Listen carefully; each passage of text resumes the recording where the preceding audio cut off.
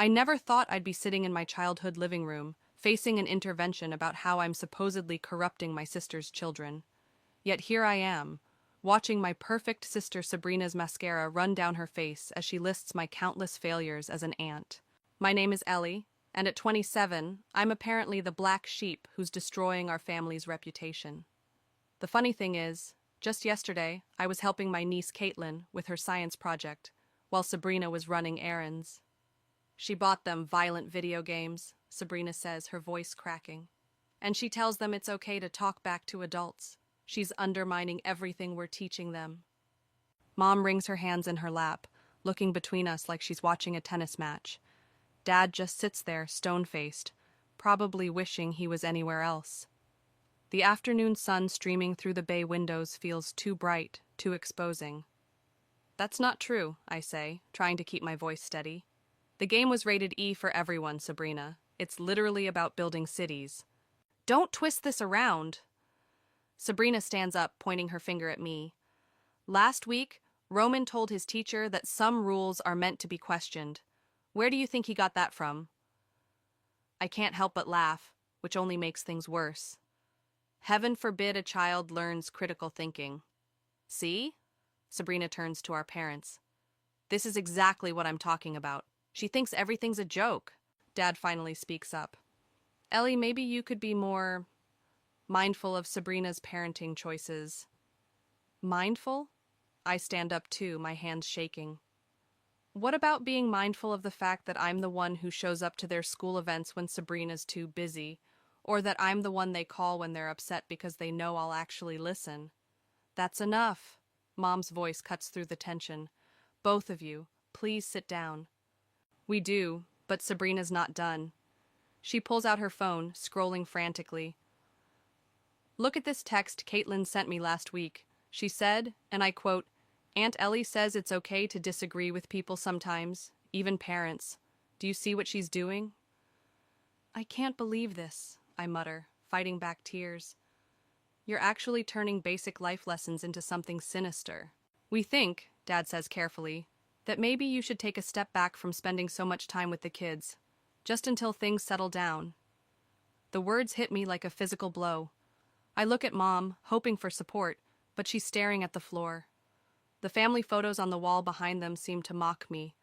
All those forced smiles, perfectly arranged poses, hiding who knows what else. Fine, I say, standing up again. You want me to step back? I will. But don't come crying to me the next time you need someone to pick them up from school or watch them on short notice. Ellie, please. Mom reaches for my hand, but I pull away. No, this is perfect. I grab my purse from the couch. Sabrina finally got what she wanted. Total control. I hope you're happy. As I head for the door, Sabrina calls out, This is exactly why we're worried about your influence. You're so dramatic about everything. I turn back one last time, taking in the scene. My sister's tear-stained face, my father's disappointment, my mother's confusion. You know what, Sabrina? For someone so concerned about bad influences, maybe you should look in the mirror sometime. The door slams behind me with a satisfying bang. In my car, I finally let the tears fall, but they're not sad tears. They're angry ones. Because I've seen things, noticed things about Sabrina that nobody else seems to see. The way she sometimes shows up late to family dinners with glassy eyes. The way she gets extra touchy at parties. The way her kids look at her sometimes with that mixture of love and worry that no child should have to feel. My phone buzzes, a text from Caitlin. Are you okay, Aunt Ellie? Mom seems really mad. I wipe my eyes, typing back.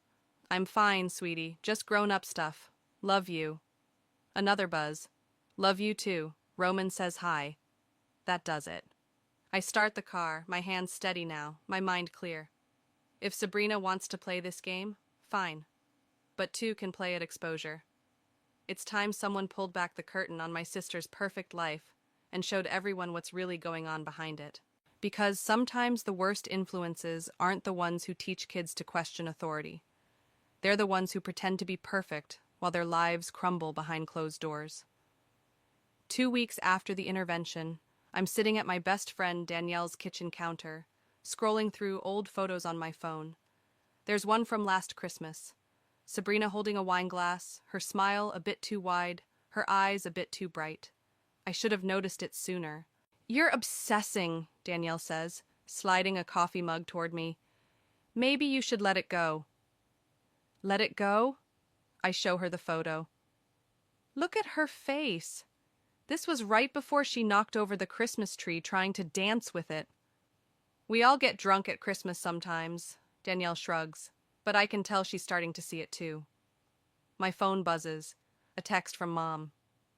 Family dinner tonight. Please come. Your father misses you. Great, I mutter. Another chance for Sabrina to play victim. Or, Danielle says, a chance to observe.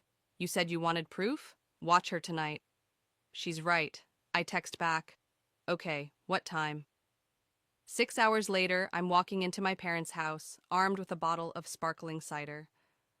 The first thing I notice is Sabrina's laugh, too loud coming from the kitchen. I find her there, leaning against the counter, wine glass already in hand. Oh, look who decided to grace us with her presence, Sabrina announces, her words slightly slurred. Mom turns from the stove, relief evident on her face. Ellie, honey, can you help set the table? As I grab plates from the cabinet, Caitlin runs in and hugs me tight. Aunt Ellie, I got an A on my science project. That's amazing, kiddo, I hug her back, catching Sabrina's scowl over her head. Mom helped too, Caitlin adds quickly, glancing at Sabrina. Did I? Sabrina frowns, then laughs. Oh, right, I signed the permission slip. During dinner, I watch Sabrina refill her glass 3 times. Dad talks about work, Mom asks about the kids' school, and everyone pretends not to notice when Sabrina knocks over the salt shaker reaching for the wine bottle. Oops, she giggles. I'm such a klutz today. Roman, picking at his food, catches my eye. I know that look. It's the same one I used to have when Dad would come home late smelling like beer, before he quit drinking 15 years ago. After dinner, I offer to help clean up. As I'm loading the dishwasher, I hear a thud upstairs, followed by Sabrina's voice. I'm fine, just tripped. I'll check on her, I tell Mom, who's looking worried. Upstairs, I find Sabrina in her old bedroom, rummaging under the bed. Lost my phone, she mumbles. But what catches my eye isn't her phone. It's the empty wine bottle that's rolled partially out from under the bed skirt. When Sabrina stands up, phone in hand, triumphant, I wait until she wobbles back downstairs before investigating further. Kneeling down, I lift the bed skirt. My heart stops. There's not just one bottle. There's a whole collection, hidden in a neat row. Some are empty, some are full, all carefully arranged where no one would think to look. Aunt Ellie? Roman's voice makes me jump. He's standing in the doorway, looking smaller than his 8 years. Are you looking for Mom's special juice? I stand up quickly. Roman, honey, what do you mean? He shifts uncomfortably. Mom says it's her special juice that helps her deal with stress. She keeps it up here when we stay over at Grandma's. My hands are shaking as I pull out my phone and take a quick photo of the bottles. Roman, does your mom drink this special juice a lot? He nods slowly. Sometimes she falls asleep on the couch after. Dad just says she's tired from working hard. Footsteps on the stairs send Roman scurrying away. Sabrina appears, steadying herself against the doorframe. What are you doing in here? Looking for my old yearbook, I lie smoothly. Mom mentioned wanting to see it. Sabrina narrows her eyes. Always snooping around, aren't you? That's your problem, Ellie. You can't mind your own business. As I brush past her, she grabs my arm. Her grip is tight, desperate. What did you see? I meet her gaze steadily. Nothing you're ready to admit to yet. Downstairs, I hug my parents goodbye, kiss the kids, and walk to my car with purpose. In the driver's seat, I look at the photo I took, then send it to Danielle with a message. Found what I was looking for. Time to plan our next move. Because this isn't about revenge anymore. This is about 2 kids who deserve better than watching their mother disappear into a bottle, one special juice at a time. The memory hits me like a freight train as I'm sorting through the photos on my phone. It was 3 months ago before the intervention, when Sabrina called me at 2 a.m. Can you come get me? Her words were slurred, barely comprehensible. I can't drive. I found her sitting on the curb outside a bar, mascara streaked down her face. The kids were at a sleepover, and Elias was away on business. "Don't tell anyone," she had begged as I helped her into my car. "It's just, being perfect is so hard sometimes." Now, sitting in Danielle's living room, I show her the video I secretly took that night. Sabrina stumbling up her driveway, nearly falling into her rose bushes. "Jesus," Danielle whispers. "And she had the nerve to call you a bad influence?" My phone rings. It's Caitlin. "Aunt Ellie, can you pick me up from soccer practice?" Mom was supposed to, but she's not answering her phone. 20 minutes later, I pull up to the soccer field. Caitlin's coach is waiting with her, looking concerned. "This is the third time this month," she tells me quietly, while Caitlin gets her gear. "Is everything okay at home?" "Family stuff," I say vaguely. "Thanks for staying with her." In the car, Caitlin is unusually quiet. "Mom forgot again, didn't she?" "She might have been busy. Stop making excuses for her." Caitlin's outburst startles me. "I'm not stupid. I know why she forgets things. I know why she sleeps all day sometimes." We pull into their driveway. Sabrina's car is there, but the house is dark. I use my emergency key to let us in. We find Sabrina passed out on the couch, an empty wine bottle on the coffee table. Caitlin immediately heads upstairs, her shoulders tight with anger. "Mom?" I shake Sabrina gently. "Wake up, you forgot Caitlin." She stirs, blinking confused eyes. "What? What time is it?" "Almost 6. You were supposed to pick her up from soccer." Oh God. She sits up too quickly, swaying. Is she mad? "What do you think?" I start collecting empty glasses from around the room. "This has to stop, Sabrina." "Don't." Her voice turns hard. "Don't you dare judge me. You have no idea what it's like." What's like? Having everyone think you're perfect? Having mom and dad's constant approval? Having responsibilities. She stands up, unsteady. Having a family depending on you. Having to be everything to everyone all the time. So this is your solution? I hold up an empty wine bottle. Hiding bottles under your bed? Passing out while your kids need you? "Get out!" She grabs the bottle from my hand. "Get out of my house." "Fine." I head for the stairs. But first I'm checking on Caitlin. She's my daughter. Then start acting like her mother. I find Caitlin in her room, headphones on, homework spread across her bed. When she sees me, she pulls the headphones off. "I'm okay," she says before I can speak. "I'm used to it." Those 4 words break my heart. "You shouldn't have to be used to it, honey." She shrugs, but her lower lip trembles. "Dad's coming home tomorrow. He'll fix it. He always does." But we both know he doesn't. He just covers it up, makes excuses, keeps the facade going. Downstairs, Sabrina's throwing up in the bathroom. I stand in the doorway, remembering all the times I've held her hair back, cleaned her up, kept her secrets. "I'm telling Mom and Dad," I say quietly. "This has gone too far." She looks up at me, mascara running again, just like that night outside the bar. "Please don't. I'll do better, I promise." "You've been promising that for months." I pull out my phone, showing her the photo of the bottles under the bed. "Your kids deserve better than this."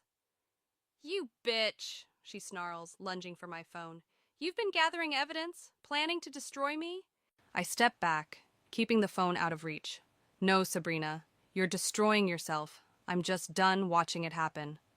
As I leave, I hear her crying, but I don't turn back. In my car, I send 2 texts. One to Mom. "We need to talk about Sabrina. Tomorrow. It's important." The second to Elias. "Your wife needs help. Your kids need you. Come home early if you can." This isn't revenge anymore. This is an intervention. A real one this time. Because sometimes loving someone means being willing to be the bad guy. Means being willing to break things apart so they can be put back together properly. And I'm ready to be the bad guy if that's what it takes to save my sister from herself. Mom agrees to meet me at a coffee shop downtown, neutral territory. She's already there when I arrive, stirring her tea with shaking hands. "What's so urgent?" she asks as I sit down. "Your texts had me worried all night." I pull out my phone, sliding it across the table. The gallery is open to the photos of Sabrina's hidden bottles. Mom's hand flies to her mouth. There's more, I say, swiping through the images. This is from Christmas. This is last month at Roman's baseball game. This is from yesterday. No, Mom shakes her head. No, she's just stressed. Everyone has wine sometimes. Mom, I reach for her hand. She passed out and forgot to pick up Caitlin yesterday. Her coach said it's the third time this month. Why didn't anyone tell me? Because Sabrina's spent years convincing everyone she's perfect. And you and Dad, you wanted to believe it. Mom's phone buzzes. It's Sabrina. She declines the call. What do? We have a real intervention, not like the fake one she staged about me, one with professionals. Your father won't like this getting out. Better out than dead. My voice rises, drawing looks from nearby tables. I lower it. Sorry, but Mom, this isn't about reputation anymore. This is about Caitlin and Roman. My phone rings. Elias. I step outside to take it. I got your message, he says. I'm at home now. Found more bottles in the garage, in her closet, even in her car. How is she? Angry, defensive, says you're trying to ruin her life. He pauses. The kids told me everything, Ellie. I've been so blind. We all were. Well, except the kids. I called a treatment center, he says. They have an opening next week, but we need to convince her to go. Back inside, I relay this to Mom. She's crying silently, dabbing at her eyes with a napkin. Tomorrow, she says finally. We'll do it tomorrow. I'll tell your father tonight. That evening, Danielle comes over with pizza and wine, then laughs at the irony of bringing wine. You're doing the right thing, she says as I pace my living room, even if it feels wrong. I know, but my phone buzzes with a text from Sabrina. I hate you. You're trying to take everything from me. My kids, my husband, our parents. You've always been jealous. Then another. Please don't do this. I'll stop, I promise. Just give me one more chance. And another. If you go through with this, I'll tell them everything about you. About that night in college. About the money you borrowed. Everything. She's spiraling, Danielle says, reading over my shoulder. This is exactly why you need to do this. I text Elias. How are the kids? At my parents' house. Sabrina's been drinking since I got home. Says she needs it to deal with your betrayal. My hands shake as I type a response to Sabrina. I love you. That's why I'm doing this. You can hate me all you want, but I won't watch you destroy yourself anymore. She replies with a single word. Traitor.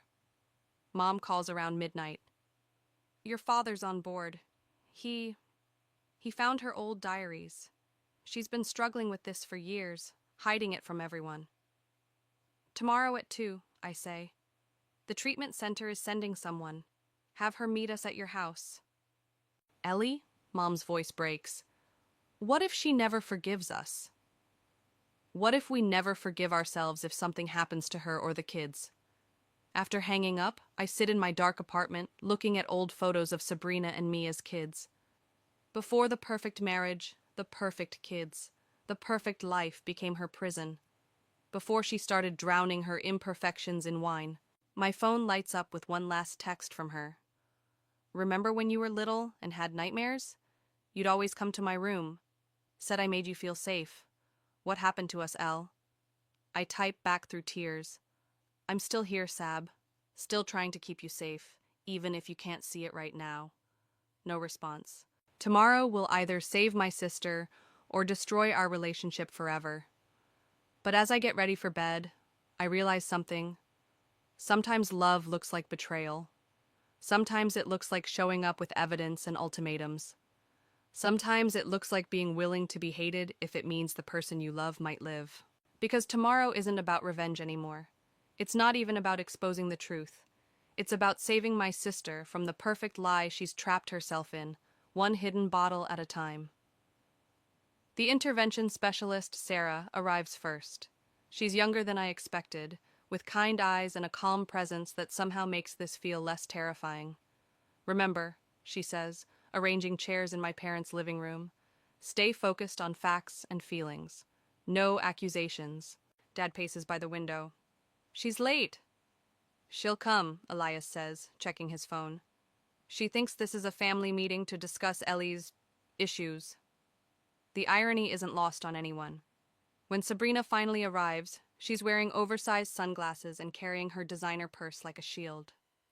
She freezes in the doorway when she sees Sarah. What is this?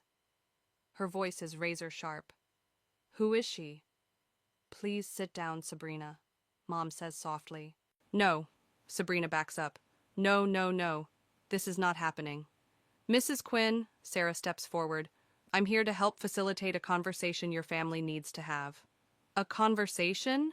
Sabrina laughs, high and brittle. You mean an ambush, orchestrated by my dear sister, no doubt. She rips off her sunglasses, revealing bloodshot eyes. Well, start the show. Tell me how I'm ruining everyone's lives. Honey, Dad moves toward her. We're worried about you. Worried? She spins toward me. Or just looking for revenge? Couldn't stand that Mom and Dad liked me better, could you, Ellie? This isn't about me, I say quietly, pulling out my phone. It's about this. I play the video from Christmas, then the one from Roman's baseball game. Photos of hidden bottles, text messages from Caitlin begging me to pick her up from various activities. Turn it off, Sabrina whispers. Your children are scared, Elias says. They're covering for you, making excuses, taking care of you when it should be the other way around. You too? Sabrina's voice breaks. You're all against me? We're for you, Sarah interjects. Everyone in this room loves you and wants to help. Help? Sabrina grabs her purse, dumping the contents onto the coffee table. A flask clatters out among the lipsticks and keys. You want to help?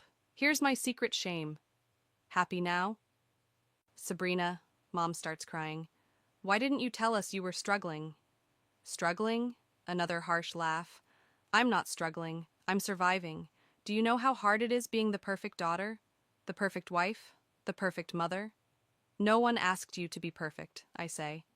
Everyone asked! Every single day! She's shouting now. Look at Sabrina, so put together. Look at Sabrina, such a great mom. Look at Sabrina, never a hair out of place. While you, she jabs a finger at me, got to be the mess, the free spirit, the one with no expectations. I have a place reserved at Riverside Treatment Center, Elias says quietly. They can take you today. The room goes silent. Sabrina sways slightly, reaching for the wall. Treatment? She whispers. Like some common drunk? Like someone who needs help, Sarah corrects gently. Like someone whose family loves her enough to risk her anger to save her life. I don't. Sabrina slides down the wall to the floor. I can't. I kneel beside her, remembering all the times she comforted me when we were kids. Remember when I broke Mom's favorite vase? You helped me clean it up, told me everything would be okay. Let us help you clean this up, Sab. She looks at me, really looks at me, for the first time in years. I'm so tired, Elle.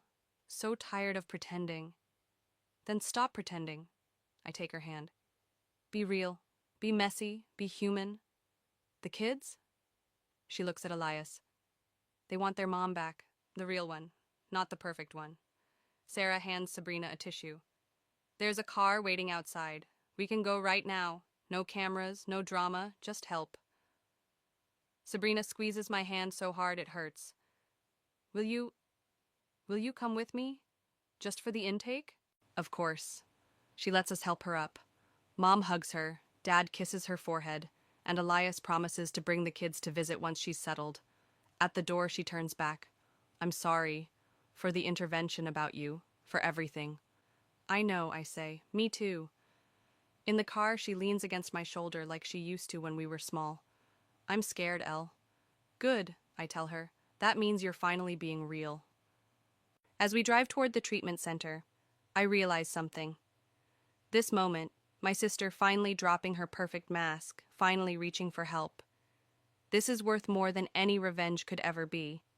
Because sometimes the best revenge isn't getting even. Sometimes it's helping the person who hurt you find their way back to themselves. The first week after Sabrina enters treatment is chaos. I'm sitting in her kitchen, helping Caitlin with homework while Roman plays video games nearby, when Elias gets the first call. She wants to leave, he says, pacing, Says we're all overreacting. Can she? I ask, covering Caitlin's math worksheet with my hand. Not if she wants to keep custody of the kids. His voice breaks. I had to play that card, Ellie. I had to. After he heads upstairs, Caitlin looks up at me. Is Mom mad at us? No, honey. She's mad at herself, and that's making her mad at everyone else. Dad said she's sick, Roman calls from the couch. But not like flu sick. That's right. I move to sit between them. Your mom has something called addiction. It makes people think they need something even when it's hurting them. Like how I think I need chocolate even when it gives me a stomachache, Caitlin asks. Kind of, but much stronger and more serious. My phone buzzes. Mom calling. The neighbors are asking questions, she says without greeting. What do we tell people? The truth. She's getting help for a health issue.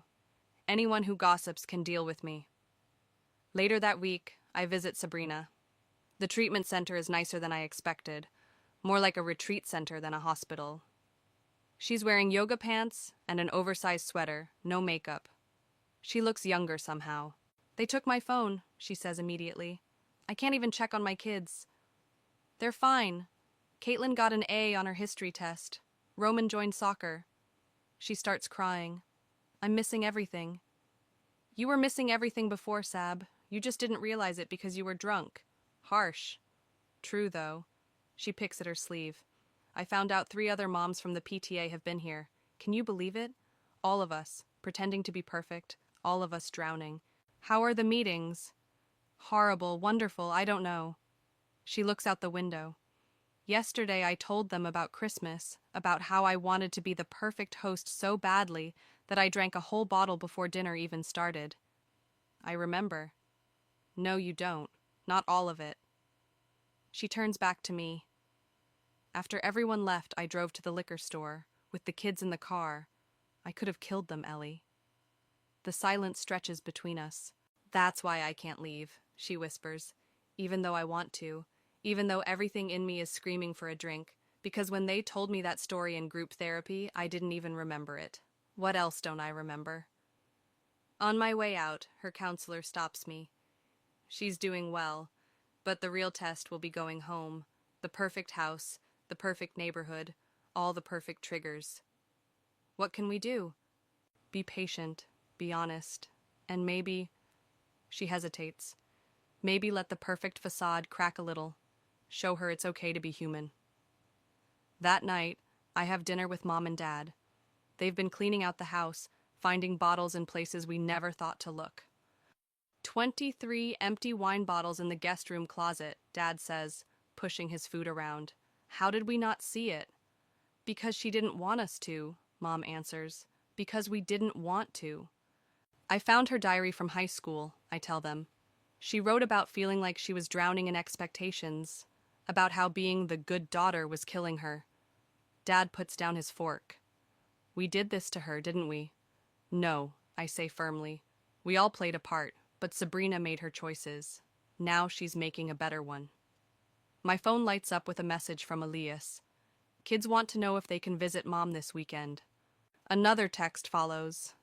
They made cards in art therapy. Roman says, "Get better, Mom. We don't need you to be perfect." I show the text to my parents. Mom starts crying again, but this time they're different tears. Hope tears, maybe. We should all go, Dad says suddenly. Show her we're not ashamed. Show her we're proud of her for getting help. Yeah, I smile. And maybe we can all stop pretending while we're at it. Because that's the real disease, isn't it? Not just the alcohol, but the perfectionism that drove her to it. The masks we all wear, the roles we all play, until we forget who we really are underneath. Maybe that's why this happened. Not just to save Sabrina, but to save all of us from the perfect lies we've been living. 30 days into treatment, we're all sitting in a family therapy session. Sabrina looks healthier, clearer, though her hands still shake sometimes when she talks about difficult things. I want to address the intervention, the therapist, Dr. Marcus, says. The one Sabrina staged about Ellie. Sabrina flinches. Do we have to? Yes. Dr. Marcus leans forward. Because it shows a pattern of projection that we need to discuss. I was trying to control everything, Sabrina admits. The kids, the family image, Ellie's influence. I thought if I could just make everything perfect on the outside, the inside wouldn't hurt so much, I finish. She nods, tears forming. The more I drank, the more I needed someone to blame. You were an easy target, Elle. The free spirit. The one who didn't care what people thought. I cared, I say quietly. I just learned to hide it better. Dr. Marcus turns to our parents. And how did you enable this dynamic? Dad shifts uncomfortably. We rewarded Sabrina's perfectionism, made her feel like she had to maintain it. While I got to be the disappointment, I add. No, Mom reaches for my hand. Never a disappointment, just different. We should have celebrated that difference instead of trying to make you both fit the same mold. Caitlin and Roman, sitting between their parents, have been quiet until now. Mom? Caitlin's voice is small. Remember when you yelled at me for getting a B in math? Sabrina's face crumples. Oh, baby. You said winners get A's. Then you drank your special juice and fell asleep during dinner. I remember, Roman adds. You forgot to make my lunch the next day. Aunt Ellie brought me McDonald's at school. Sabrina looks at me. You did? Someone had to, I shrug. They're my niece and nephew. I love them. Even when I tried to keep you away from them? Especially then. Dr. Marcus nods approvingly. This is good. Real. Raw. This is where healing starts. Aaliyah speaks up for the first time. I enabled you too, Sabrina. Covered for you. Made excuses. I was so afraid of our perfect life falling apart that I helped you maintain the lie. Until it almost destroyed everything, she whispers. But it didn't, Dr. Marcus reminds her. Because your sister chose truth over revenge, chose love over resentment. Sabrina turns to me. I read your diary too, you know. Found it when I was snooping in your old room, looking for evidence of what a bad influence you were. My stomach drops. The one from college? Yeah, about how you felt like you could never measure up to me. How you thought Mom and Dad loved me more. She wipes her eyes. I was so busy being perfect that I never saw how much I was hurting you. We both hurt each other, I say. But you saved me. She reaches for my hand. When you could have exposed me publicly, ruined my reputation, you chose to get me help instead. Dr. Marcus smiles. And that's what real family does. They choose healing over hurting. After the session, while everyone else heads to the cafeteria for lunch, Sabrina pulls me aside. I have something for you. She hands me a notebook. My recovery journal. I want you to read it. Sab, you don't have to. I do. Because you deserve to know that none of this was your fault. That my drinking wasn't about you, or the kids, or even Mom and Dad. It was about me not being able to face my own imperfections. I opened the journal to a random page. Day 15. Finally admitted I was jealous of Ellie's freedom, her ability to be herself. While I was drowning in expectations, she was learning to swim. Keep it, she says. Read it when you're ready, and know that my recovery isn't just about getting sober. It's about learning to be real, like you always were. Caitlin runs back, grabbing both our hands. Come on, they have ice cream for dessert. As we walk to the cafeteria, I realize something. The sister I wanted to expose, to get revenge on, never really existed. She was just as trapped as I was, just in a different kind of prison. And maybe that's what karma really is. Not revenge or punishment, but the moment when truth breaks through the perfect lies we tell ourselves, setting us all free in the process. Because sometimes the greatest victory isn't in tearing someone down, but in helping them find the strength to rebuild themselves, one honest moment at a time. The autumn breeze rustles through the backyard as I help Sabrina set up for Roman's birthday party. No wine glasses in sight, just colorful cups filled with lemonade and sparkling water. You know what's weird? Sabrina adjusts a crooked balloon. This is the first party I've hosted sober in years. Nervous? Terrified. She laughs, but it's genuine now, not the high-pitched fake laugh from before. But present. Actually present. The doorbell rings. It's mom and dad with a massive cake. Behind them, kids from Roman's class start arriving with their parents. I notice some of the PTA moms giving Sabrina uncertain looks. Sandra, Sabrina approaches one of them directly. I know you've heard rumors. Yes, I went to rehab. Yes, I'm sober now. And yes, this party has 0 alcohol. The woman's face softens. 3 years clean myself, she whispers. We should talk sometime. As the party gets going, I watch Sabrina actually playing with the kids instead of just supervising from a distance. She's on the ground, helping Roman unwrap presents, laughing at his jokes, her hair messy from the party games. Look at her, Elias says, joining me by the snack table. Actually, look at her. I do. The designer clothes are gone, replaced by jeans and a comfortable sweater. The perfect makeup replaced by just a touch of mascara. But it's her eyes that are different, clear, present, alive. Mom! Caitlin calls from across the yard. Aunt Ellie, come take a silly picture with us. We squeeze into the photo booth they've rented, making ridiculous faces. Sabrina smears frosting on my nose. I retaliate by messing up her hair even more. Remember when we used to do this as kids? She asks as we review the photos. Before I got so obsessed with looking perfect in every shot? Yeah, back when we were just sisters instead of rivals. She grabs my hand. We're sisters again. Better sisters, maybe. The party winds down as evening approaches. The kids are sugar-crashed on the couch, watching Roman play his new video games. Parents are leaving with goodie bags and leftover cake. That was... Sabrina exhales heavily. Actually fun, not just pretend fun. You did good, sis. She starts cleaning up, then stops suddenly. Oh, I almost forgot. She runs inside and returns with an envelope. This is for you.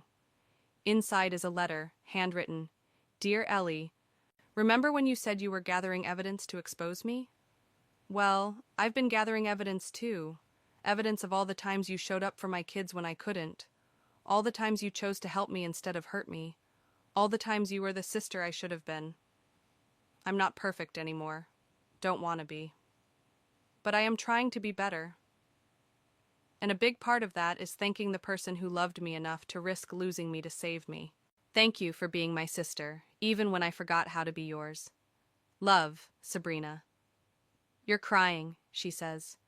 No, you're crying, I reply, but we're both crying and laughing at the same time. Mom and Dad join us in the backyard cleanup, and for a while we all work in comfortable silence. You know, Dad says finally, I always thought having 2 completely different daughters was a challenge. Now I think it was a gift. How so? Mom asks. Because Ellie's strength helped us save Sabrina, and Sabrina's journey is helping us all be more real. Inside, we hear Caitlin squeal as Roman apparently beats some impossible game level. The sound of their genuine joy, their mother's clean laughter joining in, fills the cooling evening air. Want to stay for dinner? Sabrina asks. I'm making my famous lasagna. The one you used to make drunk or a new recipe? I tease. She throws a balloon at me. A new one.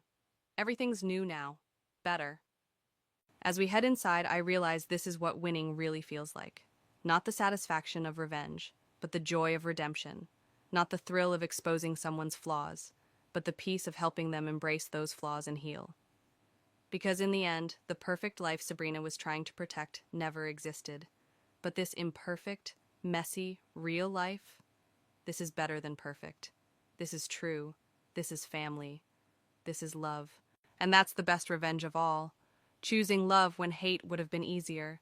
Choosing healing when hurting was tempting. Choosing to be sisters again, not despite our differences, but because of them.